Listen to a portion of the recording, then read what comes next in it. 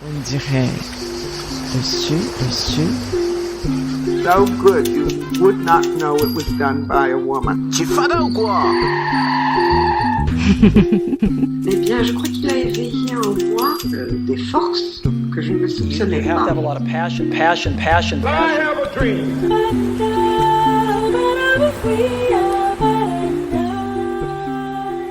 Nous pouvons tous être des acteurs du changement. Je suis Mia Batman et vous écoutez On dirait le Sud, un podcast qui part à la rencontre des entrepreneurs, artistes, sportifs du sud de la France, mais pas seulement. Dans cette émission, je vous propose des conversations avec des personnes passionnées par ce qu'ils font, engagées dans des projets qui ont du sens pour eux, extrêmement généreux en partage d'expériences. Ce podcast est indépendant et non financé. Si vous souhaitez m'aider à le faire vivre, vous pouvez le faire en mettant une note 5 étoiles sur iTunes et en me laissant un commentaire. Cela compte beaucoup. Mon invité du jour est Guillaume Pellegrin. Nous avons enregistré cet épisode pendant le confinement. Je suis désolée donc si le son n'est pas d'une très grande qualité. Guillaume a un parcours de grande école de commerce. À l'issue d'HEC, il fait sa première longue expérience pro dans la finance à Paris, dans un très gros fonds d'investissement américain. Il s'occupe là des projets immobiliers, un univers qu'il a déjà un peu connu par le passé au Vietnam, où est née tout compte fait sa passion pour l'immobilier. Mais Marseille, la ville de sa naissance, finit par lui manquer.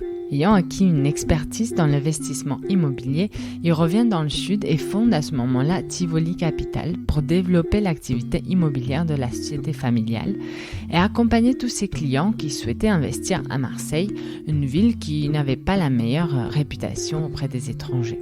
Cela l'amène assez naturellement au projet suivant, celui de créer des espaces de coworking un peu partout en France et à l'étranger. Son projet est grand, tout comme son ambition, et envie de réussir pour mieux servir, une devise qu'il a inspirée tout au long de son parcours. Guillaume est un passionné de voyages, de rencontres, de projets ambitieux, et il est animé par une grande soif de découverte. Il a su placer l'humain au cœur de la finance, et c'est une de ses grandes qualités, je pense, qui fera sa force dans le monde de demain. Allez, bonne écoute sur On dirait le Sud. Bonjour Guillaume, donc merci beaucoup d'avoir accepté mon invitation pour cet épisode un peu spécial du podcast parce qu'il est donc enregistré à distance donc pendant ce confinement qu'on respecte tous les deux. Tout à fait.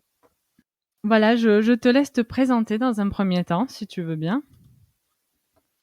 Bonjour Mia, merci pour cette proposition et pour cette interview à distance en effet, où on est chacun dans nos maisons avec les enfants autour.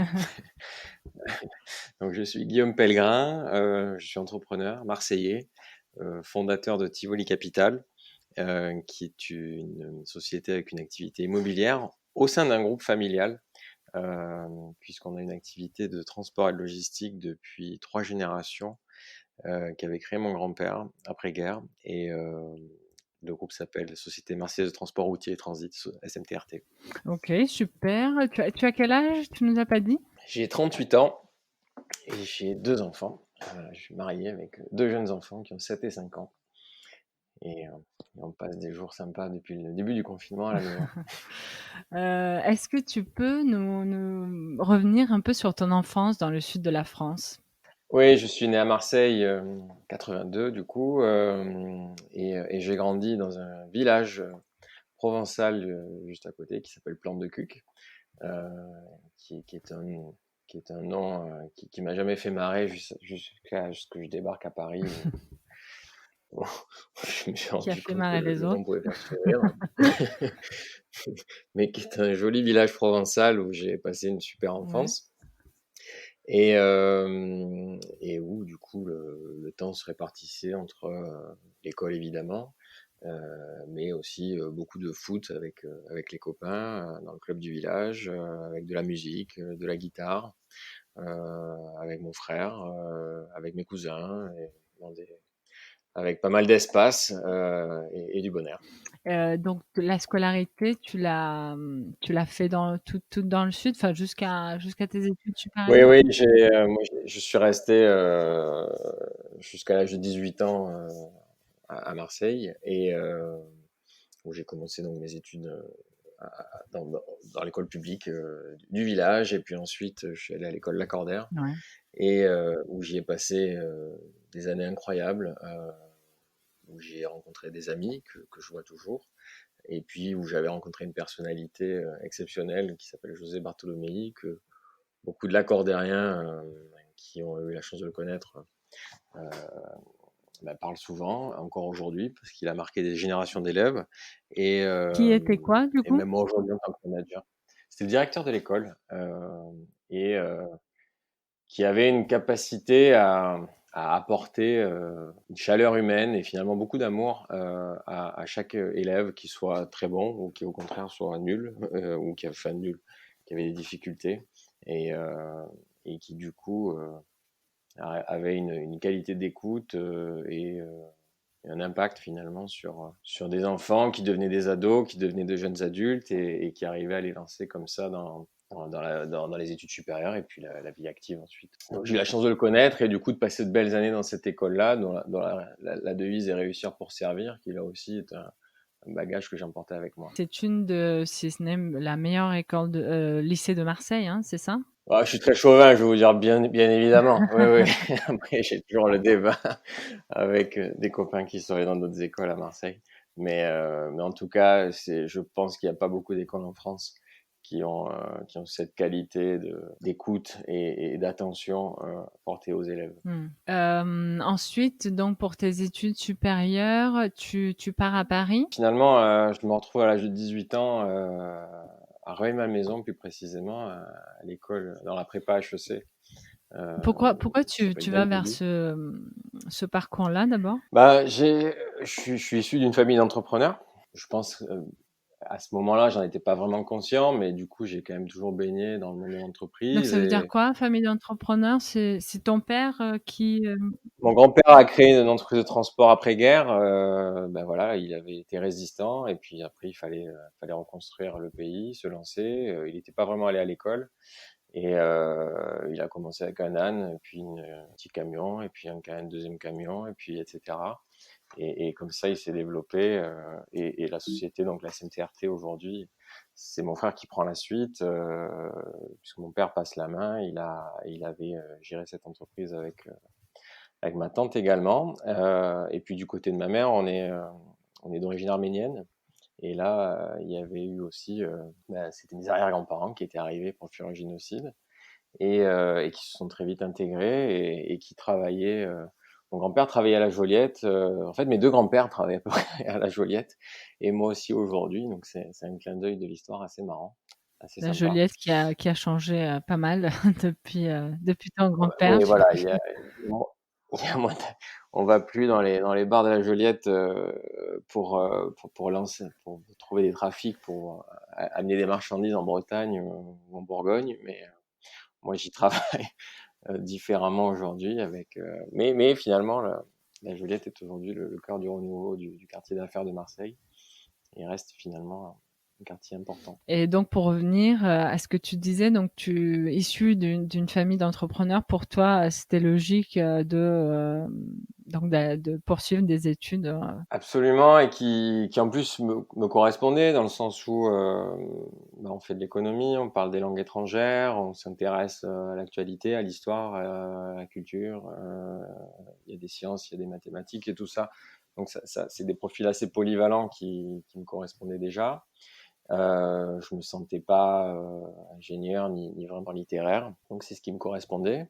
Et donc je me suis retrouvé à l'âge de 18 ans à Danielou, donc là, parce que j'étais bon élève et j'ai toujours eu de bons résultats, donc assez mécaniquement, je me suis retrouvé à aller en prépa, puisque justement à l'Accordaire, on est poussé le plus haut possible, et les meilleurs prépas, parce que j'ai fait un bac éco. Alors ça y est, ça a disparu, ça c'est un des Oui. signes de l'âge, puisque mon bac n'existe plus. Je trouvais mes parents assez ringards en ayant des bacs qui n'existaient plus, mais là ça y est, c'est pour nous.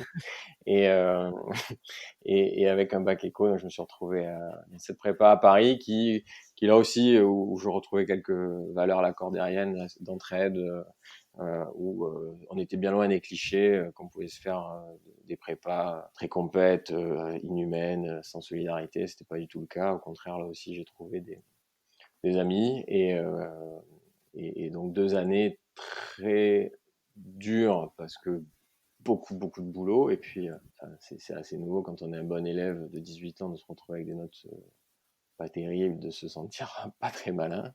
Mais en fait, c'est tout le contraire au bout de 2 ans qui se passe. C'est-à-dire qu'on apprend tellement de choses que c'est une formation qu'on garde à vie, avec notamment une rigueur intellectuelle et beaucoup de choses qu'on apprend, et puis de modèles qu'on côtoie, parce j'avais des professeurs incroyables dans à peu près toutes les matières, et certains que je vois encore avec grand plaisir. Ensuite, des concours. D'ailleurs, j'ai une pensée en ce moment pour ceux qui viennent de se faire 2-3 ans de prépa ou d'études poussées et qui ont des concours qui du coup sautent et seront repoussés. Ouais, Je c'est compatis compliqué. vraiment. Mais ensuite, les concours, et je suis pris à HEC à Paris. Et là aussi, 4 années incroyables, et avec à l'époque, le cursus était assez simple. Tu passais 2 années sur le campus de Juan Josas, qui est magnifique, où du coup j'ai repris le foot. Et tu travailles évidemment, t'apprends. L'idée d'une grande école, c'est que en tout cas du supérieur, c'est que tu es un bon élève, il faut que tu deviennes un bon futur actif, un bon jeune actif. Donc les 2 premières années te donnent les éléments, les rudiments de compta, de finance, de fiscalité, etc. Et puis on va pas se le cacher, tu te détends un peu par rapport à la prépa, Mmh. hein. Ouais, Et c'est ce puis, qu'on me dit souvent. j'ai fait une année ensuite de stage, où j'avais travaillé dans l'audit euh, chez EY. Et puis ensuite, j'étais parti à Shanghai, euh, dans une petite entreprise qui était dans le secteur automobile, mais c'était surtout l'envie d'aller découvrir la Chine en 2005. Et puis, une spécialité entrepreneur. Donc là, voilà, le virus revenait. Je ne peux pas trop parler de virus en ce moment, mais en tout cas, voilà, les gènes ont parlé, on va dire.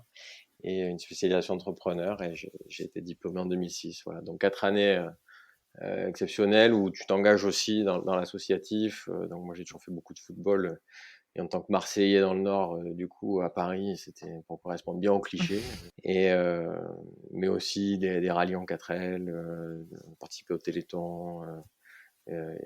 Voilà, et j'en oublie, mais voilà, ce sont de nos logis aussi. Ouais, ça, c'est pas mal les rallyes 4L. Mon mari, donc Thibaut, qui a fait l'école de commerce à Marseille, au Romède, en a fait aussi. Il en garde un très très bon souvenir. Alors, je sais pas où. Ce rallye en 4L, c'était en 2003 au Au Maroc. Maroc, ouais, aussi. Et en plus, j'ai gagné ce rallye cette année-là. Donc, Ah, c'est un top. super souvenir avec mon coéquipier marseillais aussi. Ok. Ah, donc, t'as réussi quand même à trouver un Marseillais. Ouais, ouais, on était quelques sudistes, et on se retrouvait assez vite Mm. d'ailleurs. Et donc, c'est pour revenir à cette formation, donc le parcours HEC. Quel est ton feedback à toi?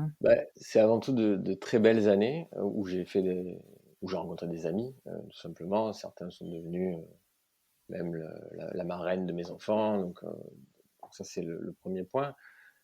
Le deuxième, c'est que moi, j'y étais de 2002 à 2006. La mode à l'époque, c'était d'aller dans la finance, ou donc chez Goldman Sachs, chez McKinsey dans le conseil en stratégie. Donc ça, c'était un peu le Graal, et un peu automatique. Tu as été bon élève au lycée, tu fais une prépa, ça a bien marché, tu vas en grande école, et puis après tu vas faire de la strat ou de la finance. Comme ça, tu as encore pas mal de portes ouvertes. Peut-être qu'après tu fais un MBA, et puis etc. Et quand je vois aujourd'hui on va dire les plus jeunes qui sortent, c'est plus du tout ça. La mode est beaucoup plus à l'entrepreneuriat, à donner du sens. Pourquoi pas devenir prof de philo, ou à se lancer dans le rap. Et je parle d'exemples concrets, c'est pas puisque j'en vois encore certains. Et 5-10 ans avant moi, c'était aller dans les grands cabinets d'audit. Donc il y a un peu comme ça des modes qui passent. En tout cas, c'est 2-3 premières années où tu apprends à travailler en collectif, notamment aussi grâce aux associations, où tu peux porter toi des projets qui te tiennent à cœur. Si tu as envie de te lancer dans une expédition quelconque, et que l'association n'existe pas, tu peux le faire. Et puis ensuite, moi j'ai fini par cette spécialisation HEC Entrepreneur, qui est une formation exceptionnelle, où j'ai eu la chance en fait de travailler, alors déjà avec d'autres profils qui n'étaient pas HEC, puisqu'on était 40 HEC à l'époque, et il y avait 40 autres profils qui débarquaient. Ça pouvait être des polytechniciens, mais ça pouvait être un champion de skate ou un ingénieur. Et comme ça, on était formés en équipe et on travaillait sur des cas concrets. Donc, on avait des vrais porteurs de projets de création d'entreprise, ou alors on était vraiment aux côtés d'administrateurs judiciaires sur des sociétés en difficulté, etc., etc. Et donc, ça a été une année vraiment formatrice avec beaucoup de boulot avant de Ça, sortir c'est donc la dernière de année, c'est l'école. ça? Ça a été ma dernière année, qui était une des spécialisations parmi celles qui étaient proposées à l'époque à HEC. C'est celle que j'ai eu la chance de faire. Voilà.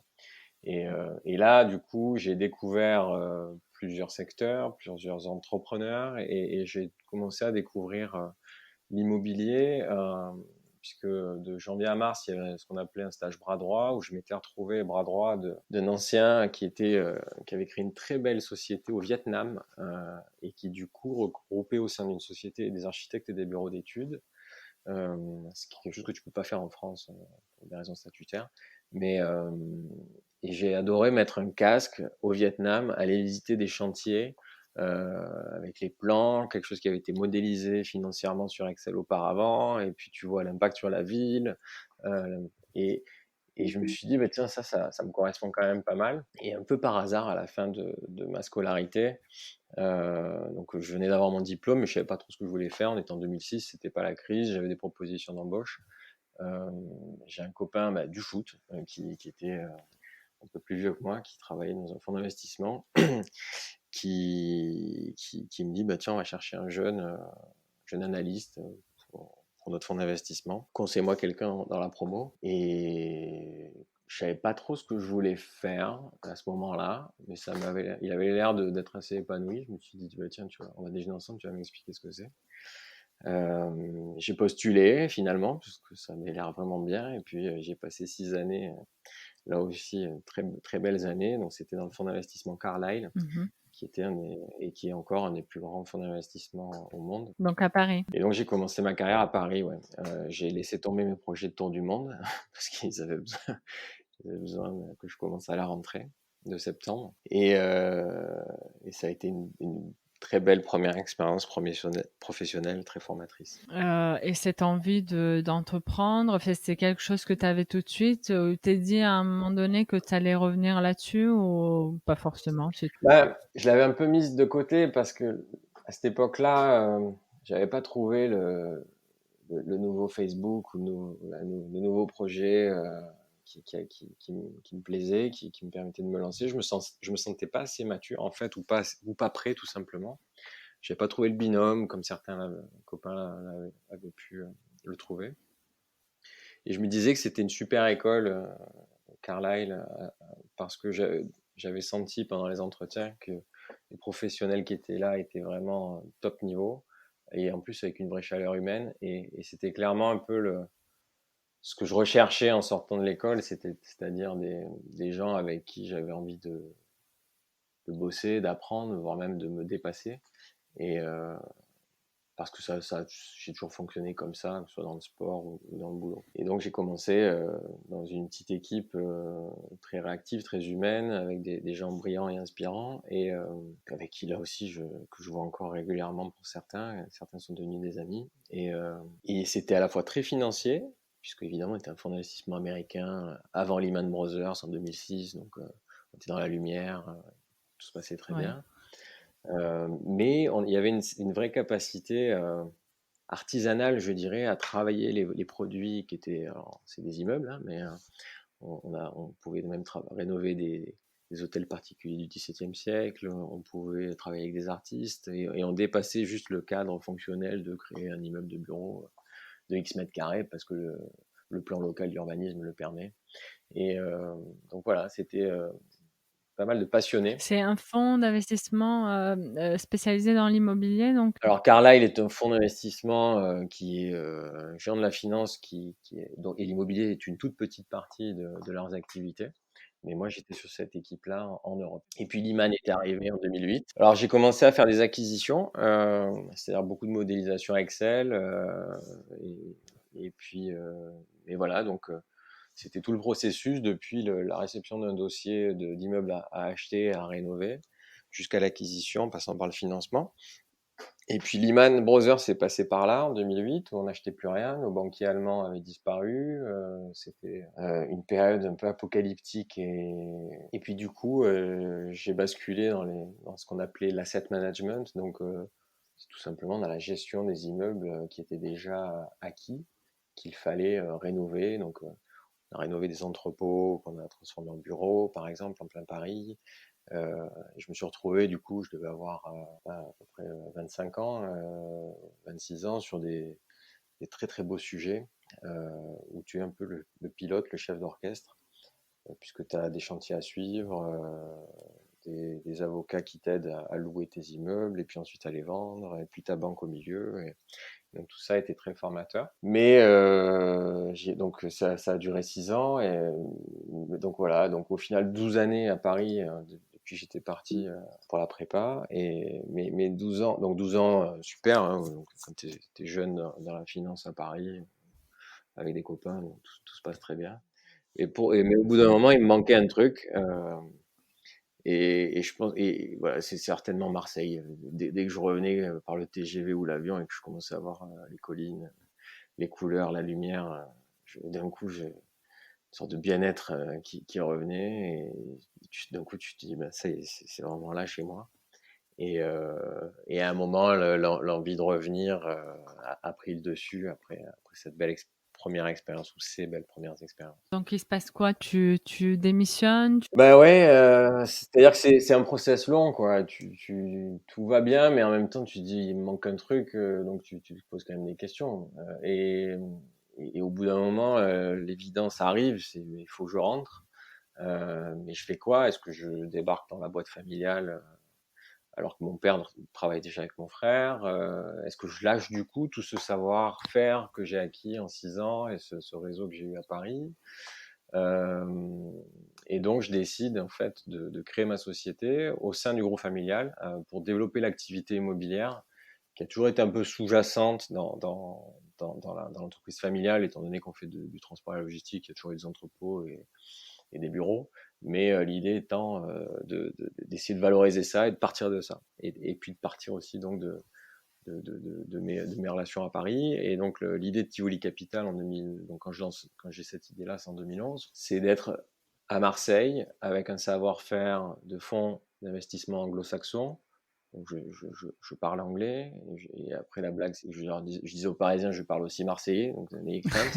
Vous pouvez venir à Marseille avec nous, on est bilingue, on est trilingue, parce que Marseille a toujours encore plus à l'époque qu'aujourd'hui, mais toujours eu cette image-là qui fait que bon, maintenant, c'est devenu un peu plus fun, où ça fait un peu moins peur, mais en 2011, il y avait toujours des craintes de venir investir à Marseille.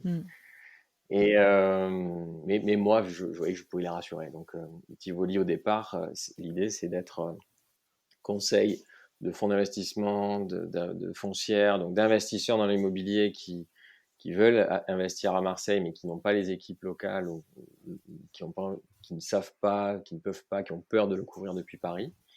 Donc ça a permis de démarrer tout de suite. Et puis ensuite, l'activité que j'ai lancée de coworking a permis également de devenir investisseur et opérateur d'espaces de coworking. Mais là, on va pouvoir y revenir. Et donc, ça fait déjà... ça va faire 8 ans. Pour revenir justement à la création de Tivoli Capital, tu es au sein de l'entreprise familiale, donc ça se passe comment? C'est une filiale que tu crées à ce moment-là ou... Oui, absolument. Ok. Et après avoir démissionné de Carlyle, où là aussi, j'en ai surpris quelques-uns, parce que Oui, c'est un job qui te ça n'arrivait plaît. pas trop. Mais t'es fou de quitter un job pareil. Puis tu vas aller à Marseille. Mais non, mais pour moi c'était évident et il fallait y aller parce que c'était mon chemin, quoi. Et il y a évidemment aucun regret, voilà. Donc Tivoli Capital, oui, ça reste dans la famille et ça reste indépendant. Ok. Et donc qui sont tes premiers clients, tu disais? Donc c'est un peu ton réseau. Mon premier client, la chance que j'ai, c'est que je pars de chez Carlyle avec un client qui est Carlyle.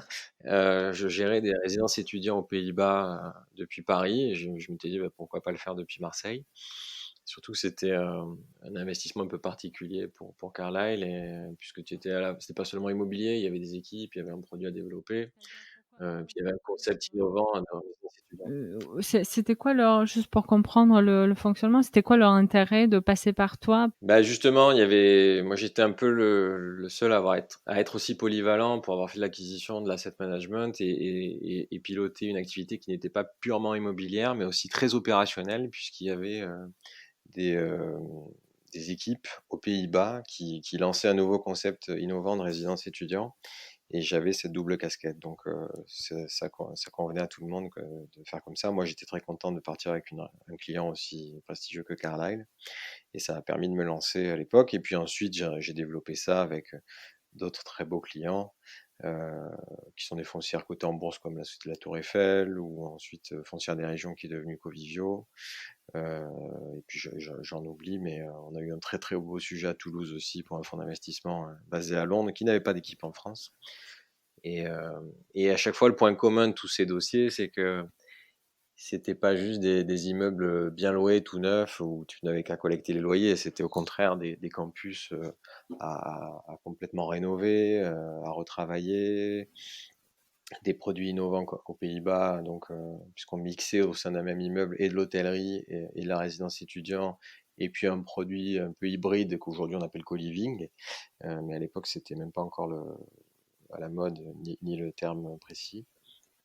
Et tout ça très naturellement pour avoir mes clients à Londres, à Amsterdam et partout en France m'a fait découvrir assez tôt les nouvelles tendances, les nouveaux produits qui arrivaient des US par Londres et par les Pays-Bas, puisqu'ils sont souvent, malheureusement, ils adoptent toujours un peu plus vite que nous, pays latins, ces nouvelles tendances, qui étaient le coworking. Et à un moment, il m'a semblé évident qu'il fallait se lancer en France en apportant une réponse française et même marseillaise, puisque j'étais déjà à la Joliette, à ce mouvement mondial.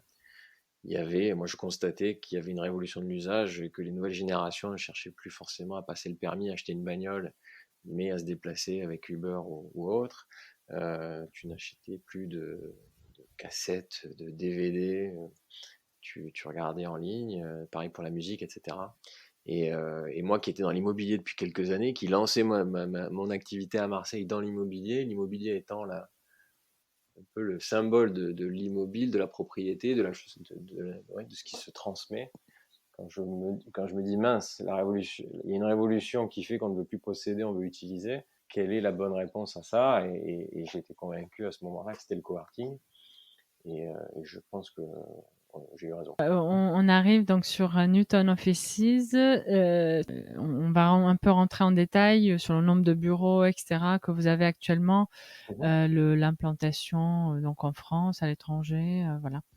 Newton Offices, c'est donc l'activité de coworking que je lance au sein de Tivoli. Je la lance fin 2016. À l'époque, on s'appelait I Love It. C'était Tivoli à l'envers.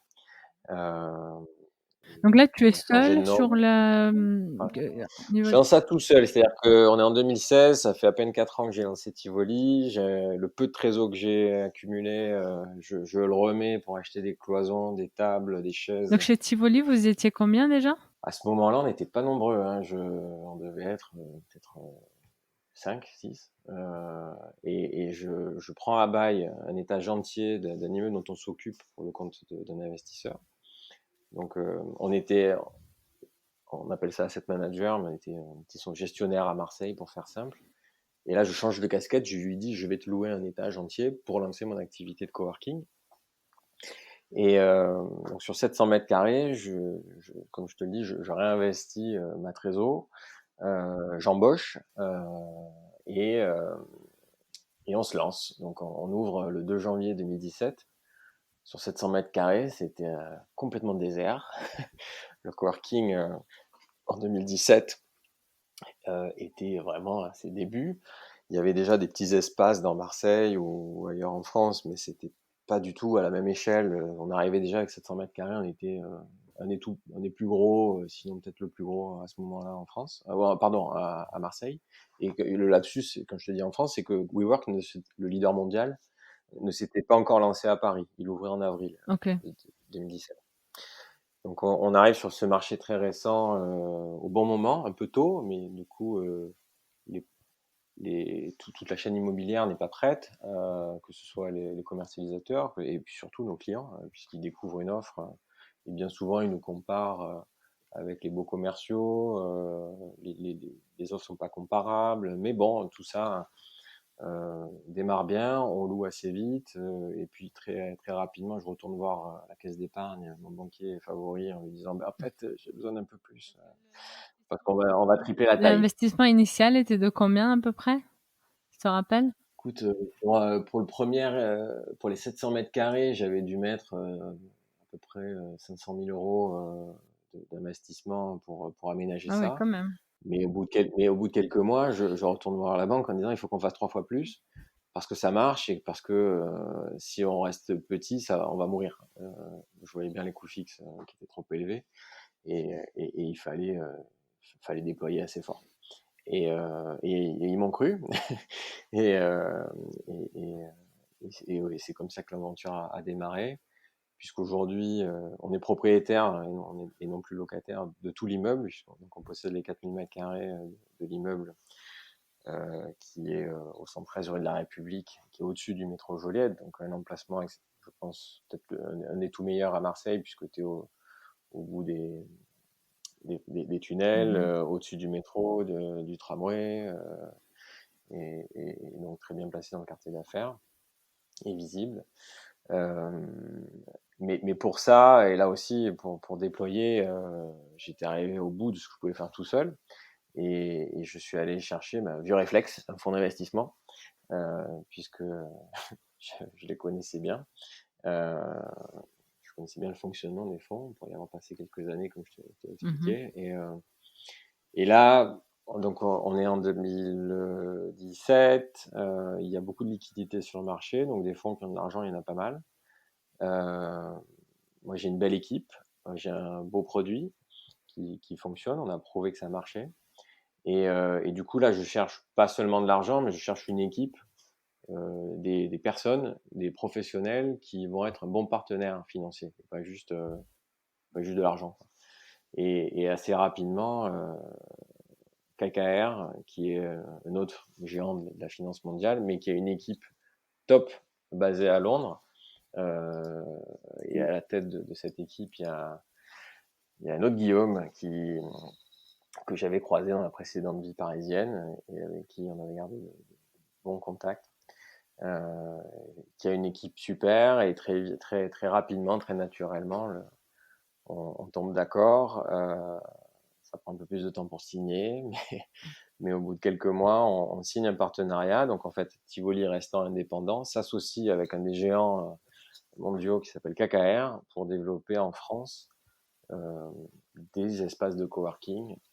Donc à l'époque avec la marque I Love It, qui est devenue Newton parce que ça correspondait un peu plus à l'expérience qu'on proposait à Marseille, qui était un peu plus statutaire, un peu plus sérieuse que ce que pouvait laisser entendre la sonorité et le nom I Love It, qui était sympa parce que c'était Tivoli à l'envers, mais quand t'avais pas l'histoire, ça semblait un peu trop fun. Voilà. Combien ils investissent et pour quel pourcentage de la boîte?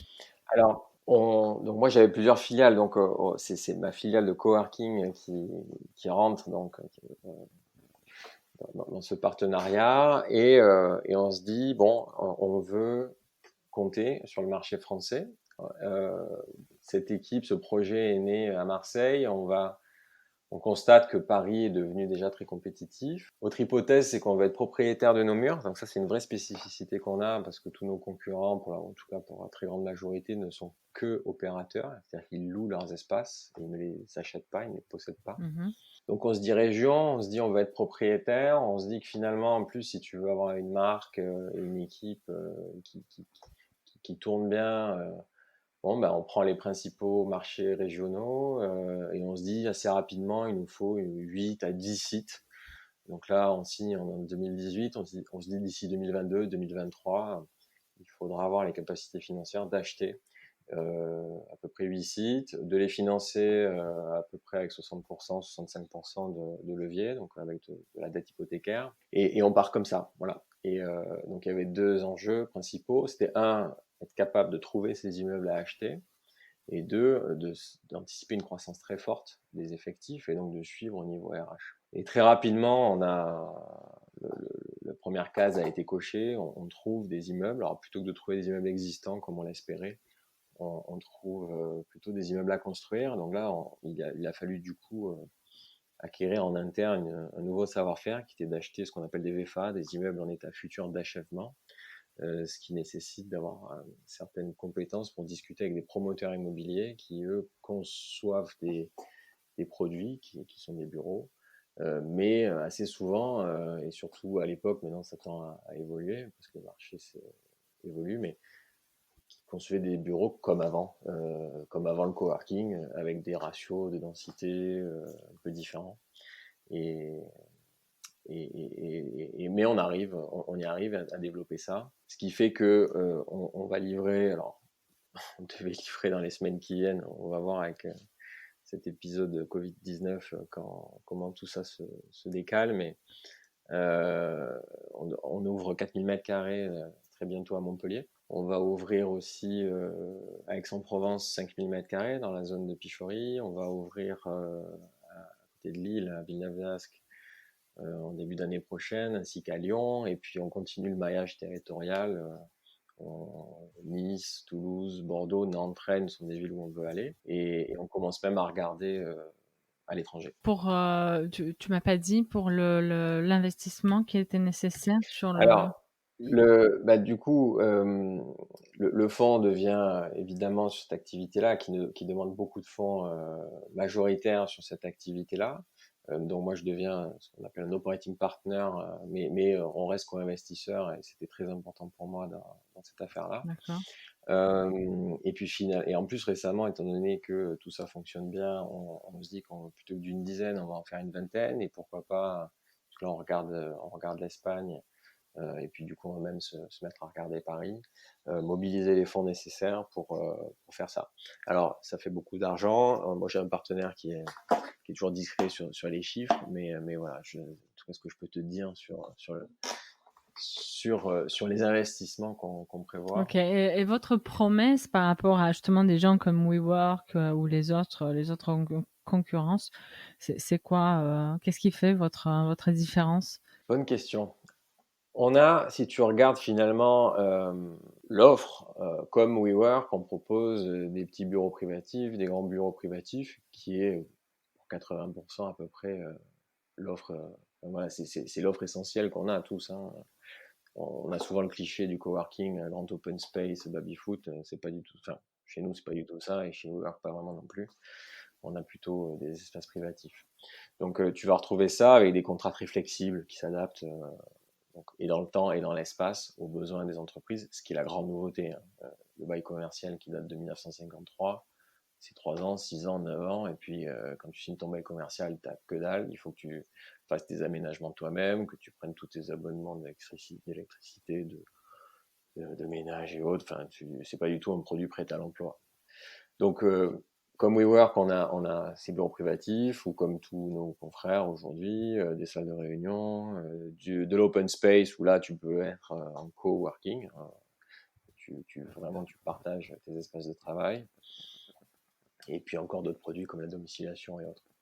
Mais derrière, je suis convaincu que ce qui fait la différence, c'est pas tellement ton offre, c'est même pas tant le lieu cool que tu peux créer en ayant des jolis designers, des bons designers ou un bon architecte.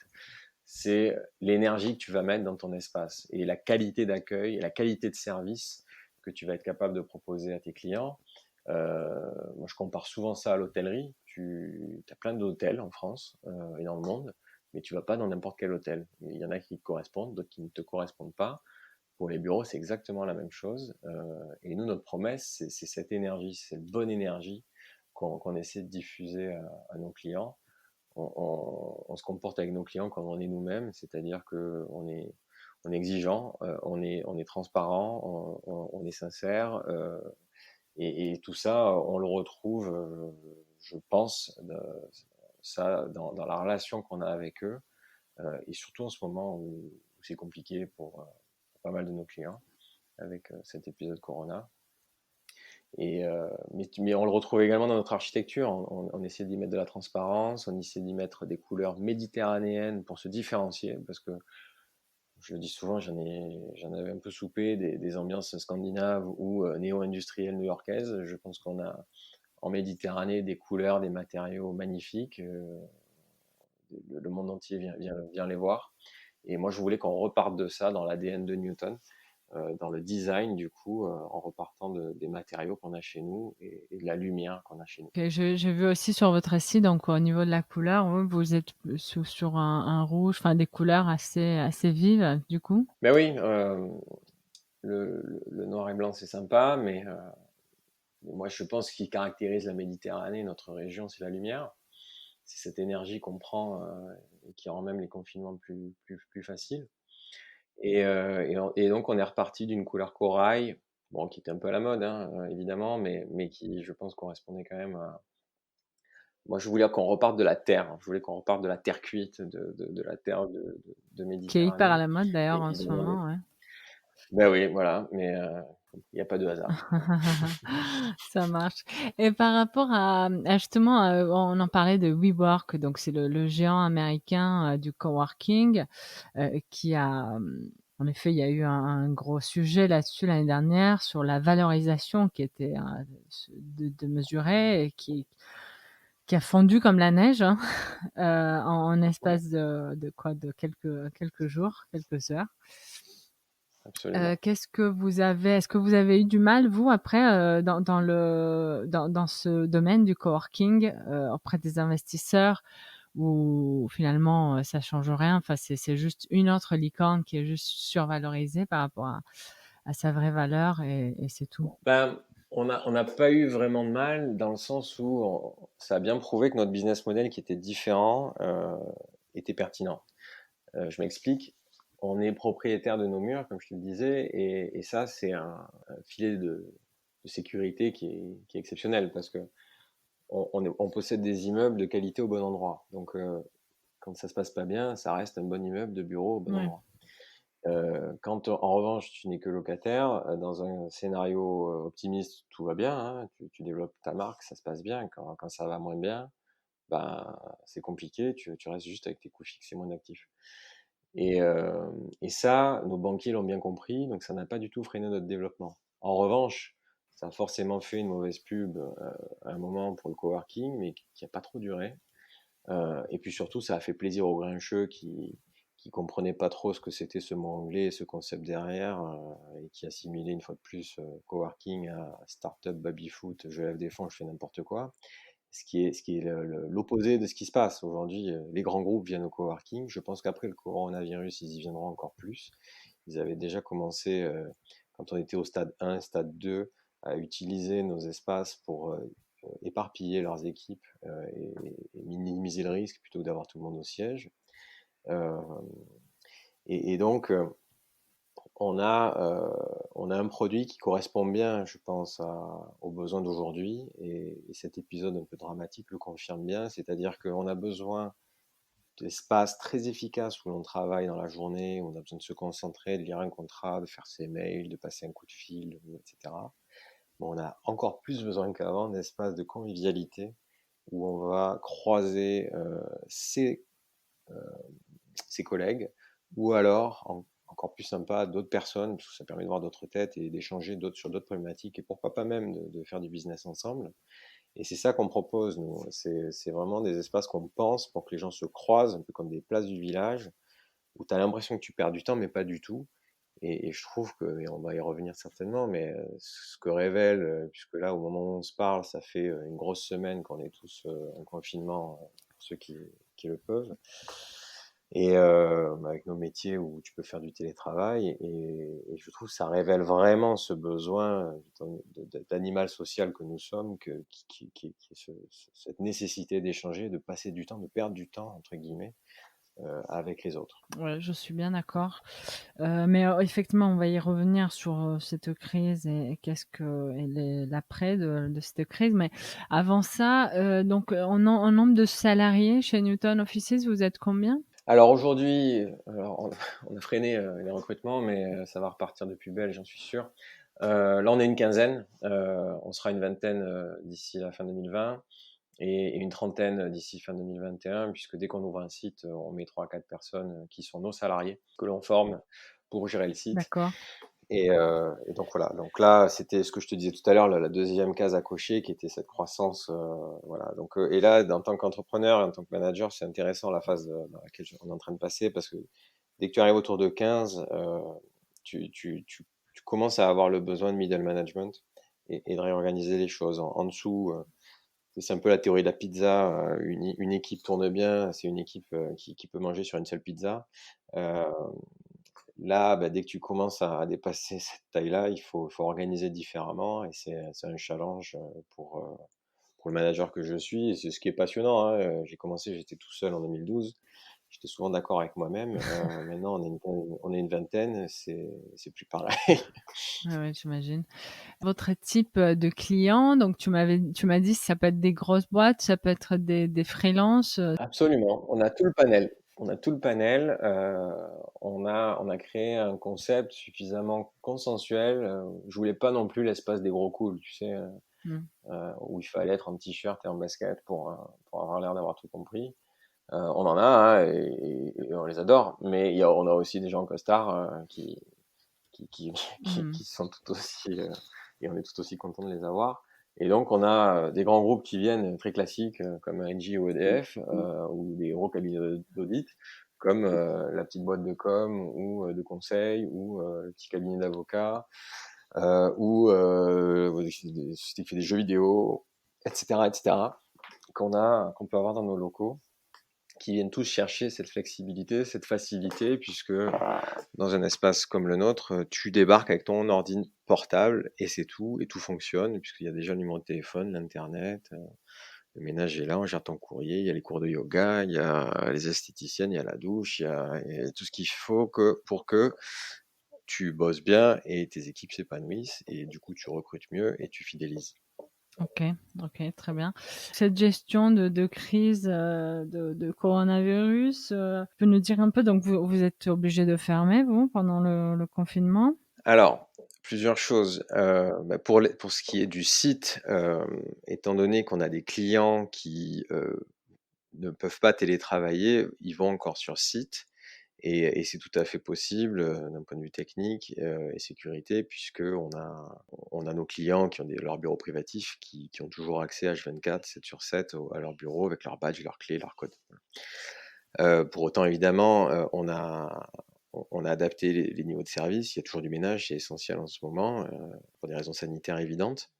Mais moi, j'ai voulu protéger mes équipes qui étaient sur site. Mes 3 salariés sur site sont toujours à dispo de nos clients, répondent toujours au téléphone, mais depuis chez elles et pas sur site.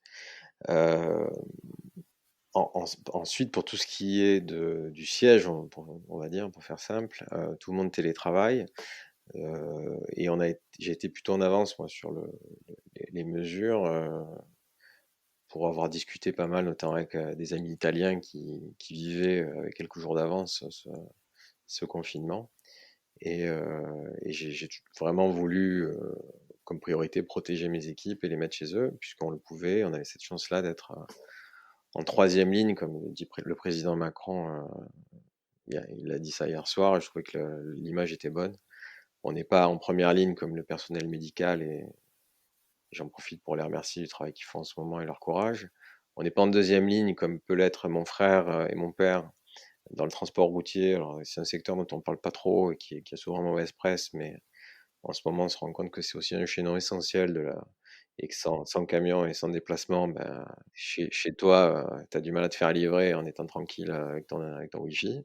Et nous, on est en troisième ligne, donc on n'a vraiment pas à se plaindre, même si c'est dur, même si il y a des décrets qui tombent à peu près tous les jours et qui créent beaucoup d'incertitudes dans nos activités, à la fois pour nos salariés, à la fois pour nos chantiers, à la fois pour nos clients. Mais comme je te le dis, on n'a pas à se plaindre. La vague, au moment où on se parle, de malades n'est pas encore vraiment arrivée à Marseille non plus. Donc pour l'instant aussi, ça rend la menace présente, mais pas encore trop concrète. Même si je pense que ça va pas tarder. Donc je reste très vigilant là-dessus. Du coup, qu'est-ce qu'on a fait pour nos clients, puisque la grande majorité travaille depuis chez eux à présent, c'est que très rapidement, on leur a proposé notre système de visioconférence, ce qui leur permet de travailler entre eux. On essaie de garder le lien en leur proposant, donc ça va sortir très, très, très bientôt là, des, euh, des conseils pour garder cette bonne énergie qui est notre promesse hein, chez Newton. Et puis, ce qui était essentiel, c'était qu'on a très rapidement annoncé à nos clients qu'on reportait toutes les factures d'avril, avant même les décrets, qui sont d'ailleurs pas toujours très clairs à ce jour. Et donc, on a décalé ça à une date ultérieure, puisque aujourd'hui on est plutôt dans le brouillard sur tous ces sujets-là. Mais ça a donné un gros bol d'air à la grande majorité de nos clients qui sont des petites structures et qui avaient vraiment besoin de ça. Mais je pense que c'est dans ces moments-là où bah, c'est bien beau de faire de la com quand tout va bien et dire que tu es bienveillant et que tu es cool. Mais là, je pense que c'était vraiment l'occasion de le prouver au moment où ça comptait vraiment. Oui, il y a pas mal de gens qui se mobilisent effectivement à donner des masques, à donner plein de choses, à décaler effectivement des paiements ou au contraire à date de facture alors que les termes de paiement Ouais. sont à 45. Ça fait du bien ouais, d'entendre un peu de solidarité. Oui, c'est d'ailleurs moi ce que je retiens en ce moment, hein, plutôt que de regarder ceux qui jouent avec les règles de confinement, qui essaient de profiter des quelques annonces, je suis frappé par cet élan de solidarité. C'est des moments compliqués et assez rares, puisqu'on n'a pas connu de guerre heureusement, où tu sens que tu fais partie d'une nation. Et les rares fois où je l'avais senti, c'est malheureusement au moment des attentats ou alors dans les moments beaucoup plus joyeux de Coupe du Monde de foot, puisque je suis footeux et les deux Coupes du Monde qu'on a gagnées, j'étais en folie et j'ai l'impression que j'étais pas le seul. Mais là, bon, là, on vit quelque chose d'encore différent, de grave, et où je suis assez touché de voir toutes ces initiatives et même surpris de voir l'inventivité de certains pour aider le personnel médical ou aider contre la propagation du virus. Ouais, ouais. Et justement, est-ce que toi, en tant que donc manager et CEO de ta boîte, est-ce que tu as pensé à l'après-virus? Bien sûr, je pense que c'est mon rôle déjà de protéger pendant la tempête. Il faut rassurer nos salariés, rassurer nos clients. Je pense qu'avant la tempête, alors j'avais pas anticipé cette tempête-là, hein, mais nous on n'a pas vraiment eu de turbulence pour passer au télétravail parce on était déjà tous équipés et tous nos fichiers étaient dans le cloud, donc on n'a pas eu de perte ouais, on n'a pas perdu 2-3 jours pour s'y mettre parce qu'en fait tout était déjà là. Pendant la tempête, bah, tu rassures et tu fais en sorte que tout le monde reste sur le bateau. Et je pense qu'il est essentiel d'anticiper la sortie, puisque on va en sortir. Et il faudra repartir fort. Moi, ce que j'ai pas envie, c'est que le confinement s'arrête et tout remettre 3 mois à démarrer.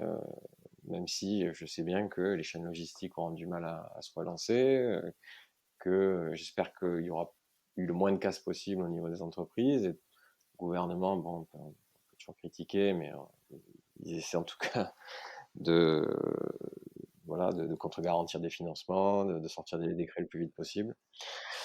Et en tout cas, c'est pas le moment, je pense, de critiquer. C'est plutôt, enfin, on fera les comptes à la fin, mais oui, je pense qu'il est essentiel de penser à la sortie pour repartir au taquet. Et de manière plus générale, tu penses qu'il y aura des gros changements mondiaux par rapport à cette crise, suite à cette crise? Alors, mon analyse géopolitique de l'après-corona, non, en restant très modeste, je pense qu'évidemment, d'un point de vue purement micro, local, chaque entreprise, chaque équipe au sein des entreprises va profiter de ce temps-là pour repenser l'organisation ou des petits sujets d'organisation. Quand t'es pas dans le même bureau, quand tu vois pas les gens en permanence, quand tu vois pas leur réaction, ben, je pense que ça te pousse quand même à être un peu plus clair dans tes consignes et dans l'organisation. À l'échelle d'une entreprise, je pense que là aussi, si on regarde un peu plus haut, le rôle social de l'entreprise est bien mis en valeur, et je pense que là aussi, il y aura des changements après cette crise. Et puis plus globalement, quand on voit qu'on a du mal à avoir des masques qui doivent arriver de Chine ou des tests pour dépister le coronavirus, je suis à peu près persuadé on va repenser notre façon de voir les choses. Qu'est-ce qu'on produit sur place? Qu'est-ce qu'on produit à l'étranger? Je dis pas ce sera tout ou rien, hein, mais on va certainement déplacer les curseurs. Là aussi, je me méfie beaucoup de ceux qui annoncent la catastrophe, voilà, les collapsologues, ceux qui en sont presque à se réjouir de ça en disant, vous voyez bien, l'homme fait tellement de mal à la planète que c'est bien fait pour sa gueule. J'aime pas trop ce genre de discours. Je pense qu'on va juste déplacer les curseurs pour être un peu plus intelligent encore et se préparer à nouveau à ce type de pandémie. Parmi les multiples messages WhatsApp qui font souvent marrer, soit qui mettent le doigt sur la difficulté à vivre avec sa femme ou Ouais, il son y en a mari, énormément en ce à moment. ses enfants, puisqu'on on se rend compte qu'on n'est pas des très bons profs au final, mais il y a quelques vidéos un peu plus inspirantes. Je ne sais pas si vous avez vu celle de Bill Gates Ah oui, oui, le qui TEDx, expliquait le TED, ouais, ouais. une conférence TED où il y a quelques années, il explique que ce qui s'est passé avec Ebola en Afrique pourrait complètement se passer dans le monde et qu'il faudrait se préparer. Bon, bah, bravo, il avait raison et on n'est pas vraiment prêt, quoi. Donc c'est facile de ressortir le truc après, mais en tout cas, lui, il avait bien pensé à l'époque. Et, euh, et donc, pour finir de répondre à ta question, ouais, en effet, je pense qu'on sera préparé un peu différemment pour les fléaux qui sont peut-être un peu moins la guerre, mais ces épidémies, ces pandémies qui pourraient revenir, celui-ci même quand on va sortir du confinement, on ne sait pas si on va pas se reprendre une vague d'ici fin 2020. Donc, je pense qu'on a une nécessité au niveau national de s'organiser différemment. Et du coup, je pense qu'il devient assez évident qu'au niveau international, il y a une nouvelle gouvernance à penser. On est encore sur une gouvernance mondiale issue de l'après-guerre, hein, donc Bretton Woods, l'OMC, l'ONU, etc., qui était préparé à un monde, enfin qui a essayé de mettre en place des mécanismes pour qu'on ne se tape plus sur la tête entre habitants de la même planète. Mais aujourd'hui, il y a certainement autre chose à penser pour éviter ces pandémies. Et pour revenir sur les collapsologues, je ne sais pas comment on les appelle, je ne suis pas certain que le repli sur soi pour tout produire sur place, c'est-à-dire ne plus commercer avec des gens à l'autre bout de la planète, soit la meilleure façon d'éviter d'autres problèmes. En tout cas, le commerce mondial avec toutes ces critiques et tous les ajustements qui sont nécessaires de faire ont au moins le mérite de faire qu'on se parle, qu'on se comprend à peu près et qu'on se tape pas trop sur la tête et qu'on se propre.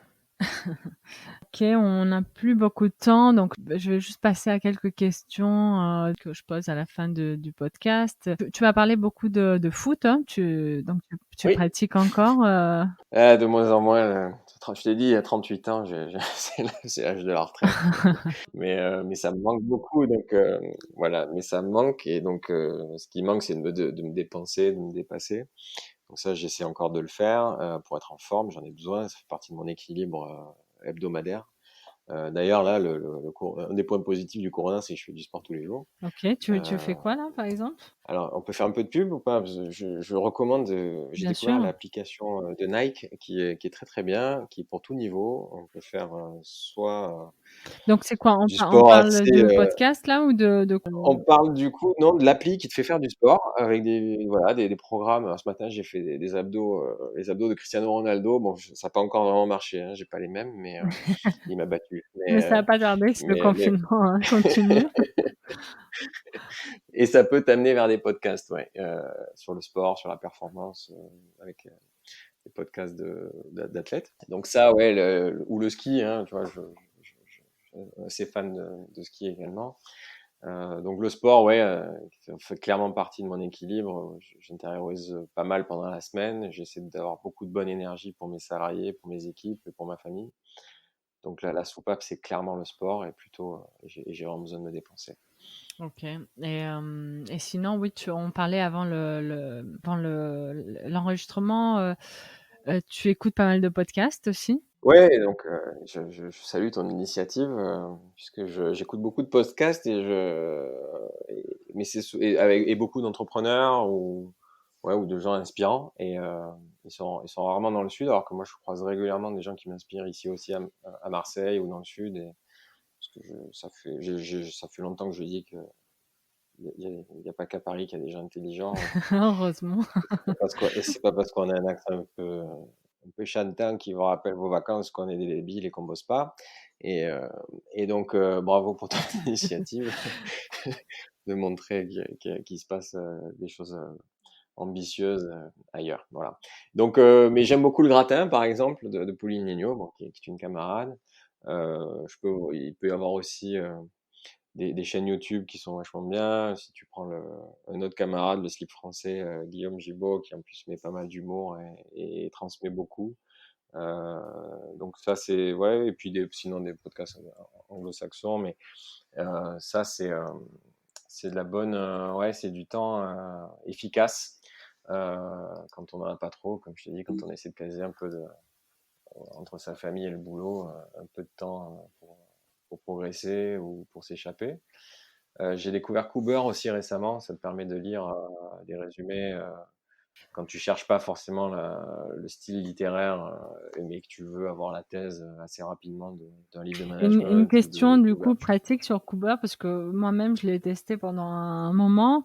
Tu trouves que tu retiens quand même le message du livre par rapport au fait de le lire intégralement? Bah, tu vois, là, je viens de lire le résumé sur les arbres et comment est-ce qu'ils communiquent entre eux. Donc ouais, moi je repars avec cette thèse-là. L'autre fois c'était Marie Curie et tu retiens quand même quelques grandes lignes de sa vie. C'est forcément moins que c'est tellement rapide que pas comme quand tu te plonges dans un livre et que tu le dévores parce que t'es pris, mais Ouais, tu ça te permet retiens les d'avoir grandes lignes, quoi. de retenir Mm. voilà, une idée. Déjà, quand tu prends une idée par livre, c'est quand même pas mal. Et surtout si tu arrives à en avoir plusieurs à court terme. Et justement, au niveau lecture, donc à part Cooper, qu'est-ce que tu lis?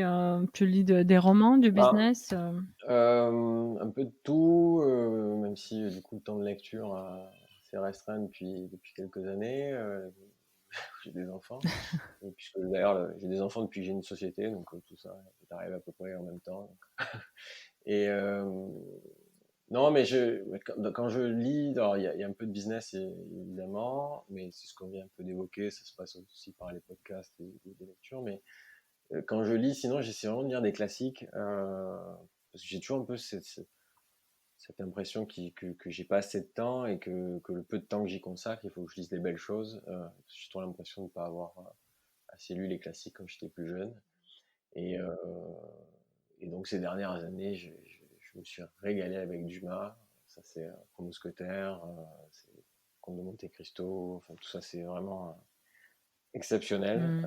Ouais, c'est des grands J'ai pris classiques, mais d'une beauté. un plaisir incroyable. Donc et puis des trucs parfois moins rigolos, mais ma femme me regarde des yeux, je suis un peu surpris. mais, mais voilà, c'est le genre de lecture que j'ai en ce moment. Je lis du Joseph Kessel. Euh, et c'est l'histoire du docteur de Himmler, Les Mains du Miracle. Et c'est une belle histoire aussi. D'accord. Comment s'appelle le livre? Les Mains du Miracle. Ok, de je Joseph vais le Kessel. mettre. Très bien. Pour finir, comment tu progresses? Écoute, je pense que c'est en écoutant, je me remets souvent, ouais, je crois que je me remets toujours en question. J'échange beaucoup avec ceux qui, depuis tout, enfin pas tout petit, mais je pense que ça m'a déjà comme ça que j'ai choisi un peu aussi mon orientation. C'est en discutant avec ceux qui sont dans l'étape d'après. Donc c'était avec ceux qui avaient quelques années de plus que moi quand j'étais étudiant, et puis c'est aujourd'hui en échangeant avec mes pairs qui ont des sociétés plus grandes, qui ont déjà vécu ce que je suis en train de vivre. Euh, ouais, c'est toujours des conseils avisés, bienveillants, donc c'est pour ça que moi, puis tout à l'heure je t'ai cité la devise de Lacordaire, réussir pour servir. J'essaie moi aussi, dès que je peux, de renvoyer l'ascenseur, de répondre quand on me sollicite, pour si ça peut aider d'autres entrepreneurs ou d'autres personnes ou des étudiants, je le fais toujours très volontiers. Donc c'est par cet échange-là et par cette remise en question permanente, j'espère avec un peu d'humilité et de modestie aussi, de me dire qu'il y a encore tout à faire. Et d'ailleurs, il y a tout à faire. Moi, je suis dans un secteur exceptionnel. Tu vois, on est encore un gros pollueur. On conçoit des immeubles et donc du mieux qu'on peut, mais il y a beaucoup d'améliorations à faire pour qu'on puisse vraiment recycler nos matériaux, penser la conception différemment, être beaucoup plus vertueux dans l'impact qu'on a sur l'écologie, sur notre environnement, sur la façon dont travaillent les gens. Donc moi je suis encore très très enthousiaste, il y a encore plein de belles choses à faire. Ok, super. Merci beaucoup de ton temps, Guillaume, et à très bientôt. Merci Mia, à bientôt. Merci beaucoup de votre temps. Vous trouverez les notes dans les détails de l'épisode. Si cette conversation vous a plu, vous pouvez me le dire sur LinkedIn ou Instagram. C'est les 2 réseaux où je suis le plus présente. N'oubliez pas également de noter le podcast si vous souhaitez m'aider à le faire vivre. Bonne journée à vous et à la semaine prochaine pour un nouvel épisode d'introspection. Une nouvelle série d'épisodes courts que je teste actuellement.